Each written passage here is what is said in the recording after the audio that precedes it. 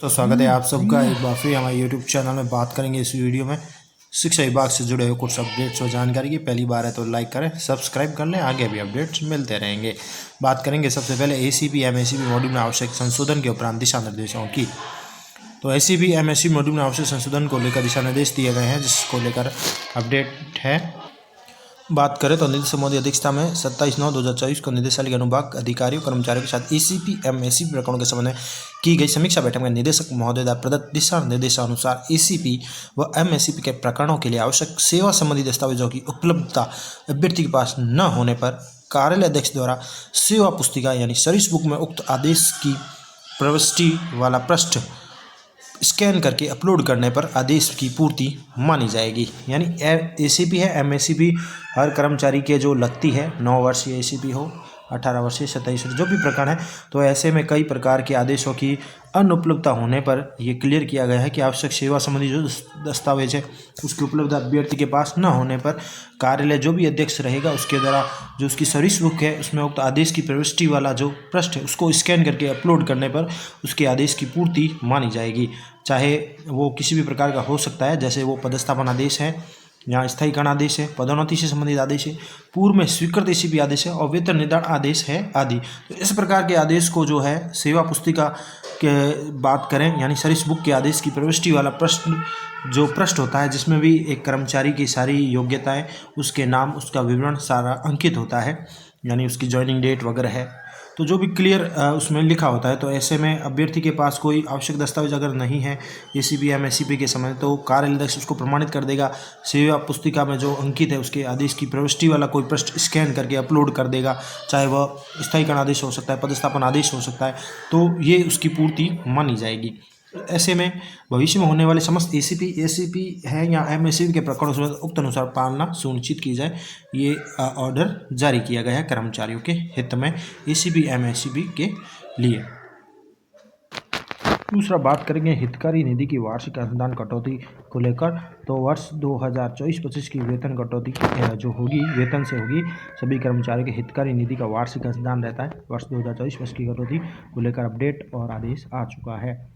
तो सरकार के द्वारा हर वर्ष ये कटौती कर्मचारियों की जाती है। हितकारी निधि का वार्षिक अनुदान वर्ष 2018 से वेतन बिलों की आंतरिक राशि में से ही वेतन माह दिसंबर 23 जनवरी से आरंभ किया गया है।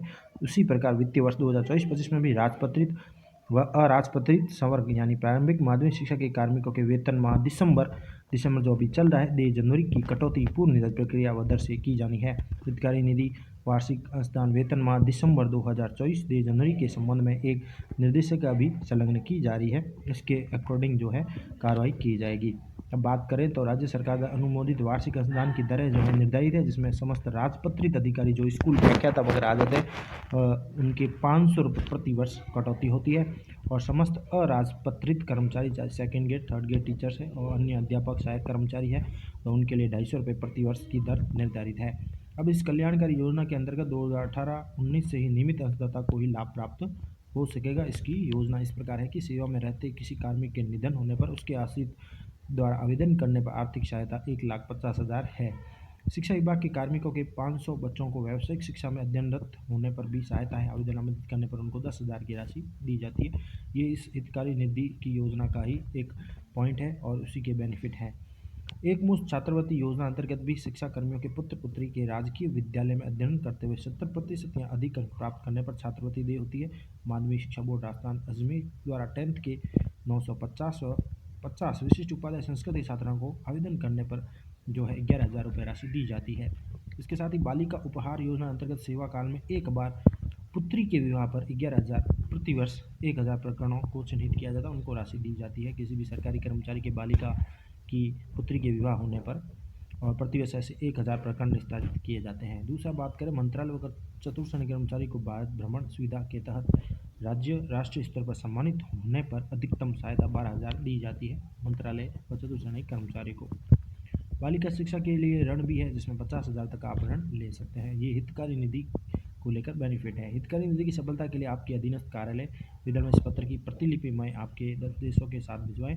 अनुदान की कटौती होने के पश्चात निर्देशानुसार ECS यानी कैश बुक व कटौती शेड्यूल की प्रति अध्यक्ष हितकारी निधि माध्यमिक शिक्षा राजस्थान बीकानेर के नाम से भिजवाई जानी है। कटौती शेड्यूल में कार्मिक के ID संख्या का आवश्यक उल्लेख होना चाहिए। क्योंकि यही आईडी कार्मिक का खाता संख्या है। समस्त आहरण वितरण अधिकारी यानी डीडीओ अपने अधीनस्थ कार्मिकों को वेतन से अंशदान कटौती संबंधी आवश्यक कार्रवाई करें। इसके लिए मोबाइल नंबर भी दिए गए, संपर्क कर सकते हैं, जानकारी अधिक ले सकते हैं। तो हितकारी निधि की कटौती होगी दिसंबर माह के वेतन से जो देय होता है जनवरी 2025 में। तो ये अपडेट थी आप सभी के लिए कर्मचारियों से जुड़ी हुई। धन्यवाद।